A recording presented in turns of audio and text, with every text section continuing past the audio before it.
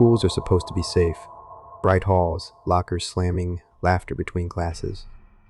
But when the lights go out, the same halls turn into tunnels of echo and shadow. At one high school, the whispers don't stop when the students go home. They grow louder, and sometimes they leave a message behind. Student's account. I stayed late one night after practice. Everyone else had already cleared out. Just me waiting for my ride, wandering the halls with my earbuds in. The school feels different at night. The lights hum, and the shadows get long, stretching across the tiles like they're reaching for you. I remember stopping by the vending machine, pulling out my phone. That's when I noticed it. The whispers. I thought at first it was the music bleeding from my headphones, but when I pulled them out, the sound was still there, faint, almost like breath against my ear. Words I couldn't catch, just this low, steady hiss, like someone murmuring from the end of the hall. I froze. Tried to laugh it off. Maybe the vents, maybe old pipes. But the longer I stood there, the more it felt deliberate, like it wasn't just sound. Like it was following me. I started walking faster, and then I saw it. At the far end of the corridor, across the lockers, a shadow. Not like my own, not cast by anything I could see. It slid along the wall, slow, like a person walking, but there wasn't anyone there.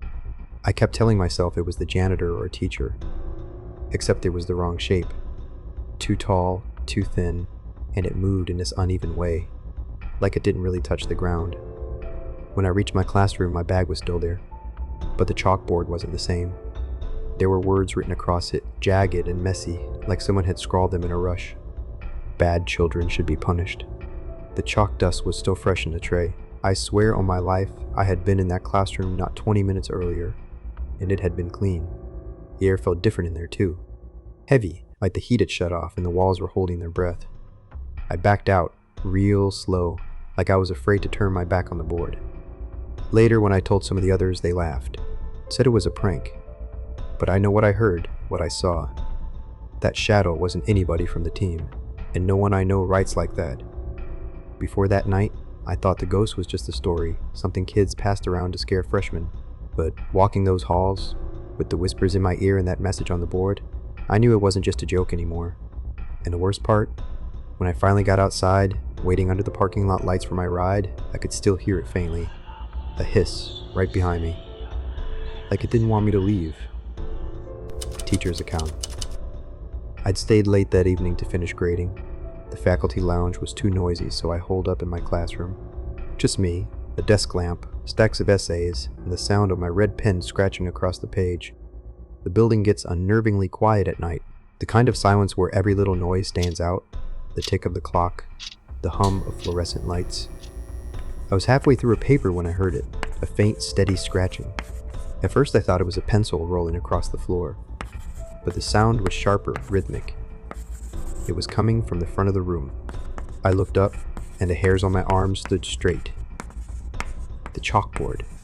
There was movement, faint white lines etching themselves onto the green surface. I blinked hard, thinking my eyes were tired, but when I stood, the sound stopped. The board was covered in fresh writing. The words weren't neat. They were jagged, crooked, like someone had scrawled them in a rush with a shaking hand. Bad children should be punished. I remember staring at it, my heart pounding. It didn't make sense. No one else was supposed to be in the building. I hadn't heard the door, hadn't seen anyone in the hall, and yet the chalk dust was still fresh on the tray. I tried to explain it away. Maybe a student had snuck in, playing some kind of prank. But the message, it was too pointed. Just that week, I'd had to discipline 3 kids for cheating. I hadn't told anyone about it yet, not even the other staff. But the phrase on the board felt like a direct echo of the lecture I'd given them. Cheating is dishonest. Dishonest children should be punished. It was like the words had been thrown back at me, distorted, made crueler. I packed up my things faster than I'd like to admit. Every creak of the desk, every shift of the shadows felt like something watching me. By the time I stepped into the hall, I could swear I heard the faint sound of chalk again. Behind me, in the dark. As I hurried down the corridor toward the exit, my bag clutched tight against my side. I caught movement ahead, a shape breaking the line of the dim emergency lights. It wasn't solid, not quite, more like a darker patch of darkness drifting across the hall. Long-limbed, bent at the shoulders, its head tilting unnaturally as though listening. It lingered just long enough for me to know it wasn't a trick of my eyes. Then it slid into the wall as if the cinder block swallowed it whole. My footsteps echoed too loudly after that, like the building was daring me to run. I locked my classroom door after that night. But I don't think lots would stop, whatever that was. I left with my rational explanations rattling in pieces. Because no student prank could have known the exact words I'd used. And no prank I've ever heard of writes itself. Senior teacher's account. I've been working in this building for over 20 years. Long enough to hear every rumor, every ghost story the kids whisper to each other during lunch. I always thought of them as just that. Stories. Something to spice up a dull day. I'd laugh when students asked if I'd ever seen the ghost in the halls. I told them no such thing, and for a long time, I believed it. But there was one night, about a year ago now, that I don't laugh about. It was late. Too late, really, for me to still be here. Everyone else had gone home, the janitors included. I was doing my last round of the floor, blocking classroom doors. The halls were empty. The kind of empty where even the smallest sound echoes far too much. That's when I heard it. Footsteps. Slow, deliberate. Following. At first I thought I'd missed someone, maybe a student who'd stayed behind. So I turned, ready to scold them. But the hallway behind me stretched out, silent and bare. The lights hummed. My own footsteps echoed back. Nothing else. I told myself it was just the building settling. Old pipes, creaky floors. Happens all the time. I kept walking. But the sound came again, clearer now. Not random creaks, but a steady pattern. Someone walking behind me, just out of sight. I stopped. The footsteps stopped. My chest tightened, but I pushed on, faster this time, keys jangling in my hand. That's when the whispering began. It wasn't words I could make out. Not exactly. Just a low hiss threading through the air. It rose and fell like someone was speaking, but no voice I've ever heard.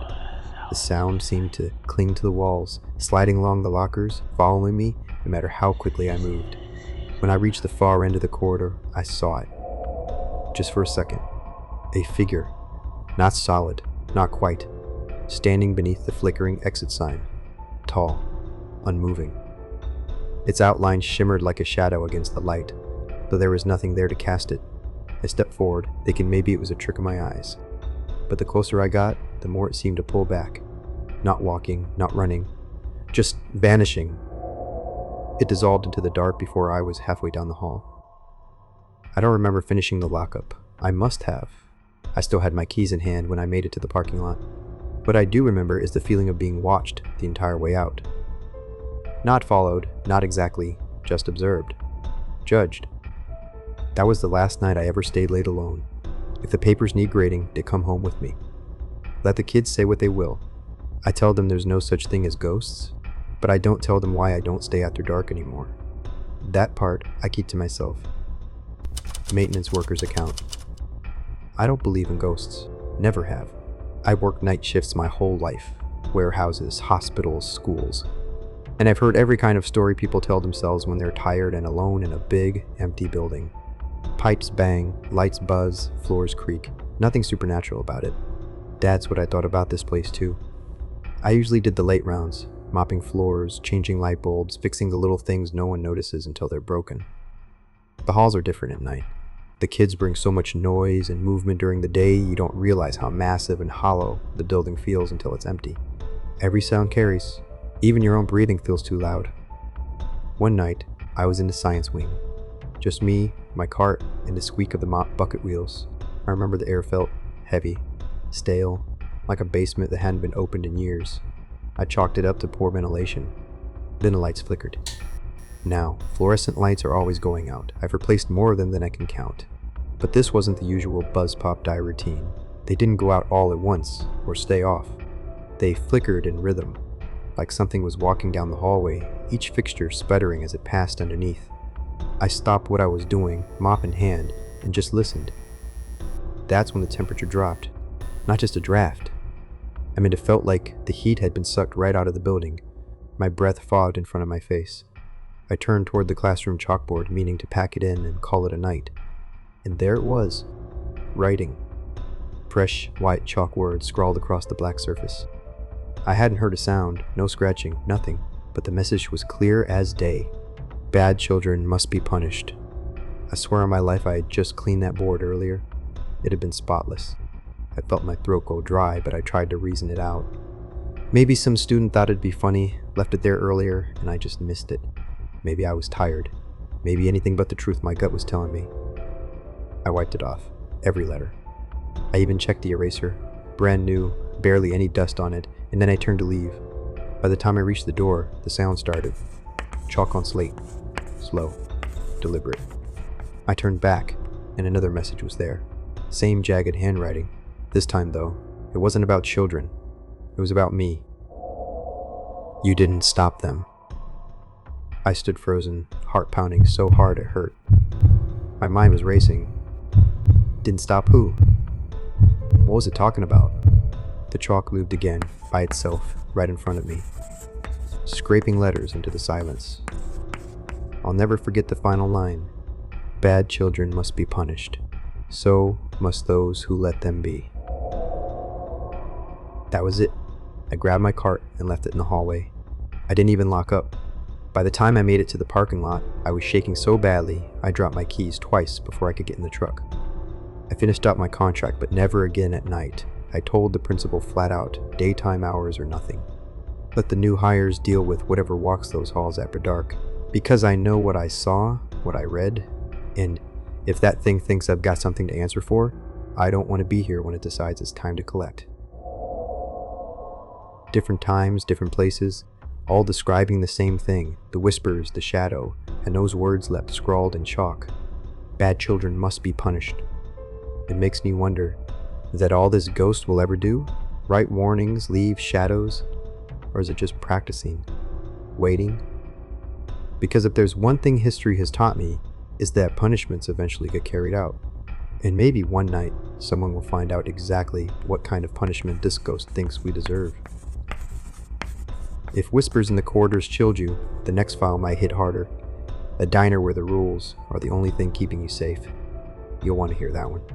Meanwhile, subscribe, because there's always more in the archives. And if there's a tale you want to hear, leave a comment. Chances are, I've already got it waiting.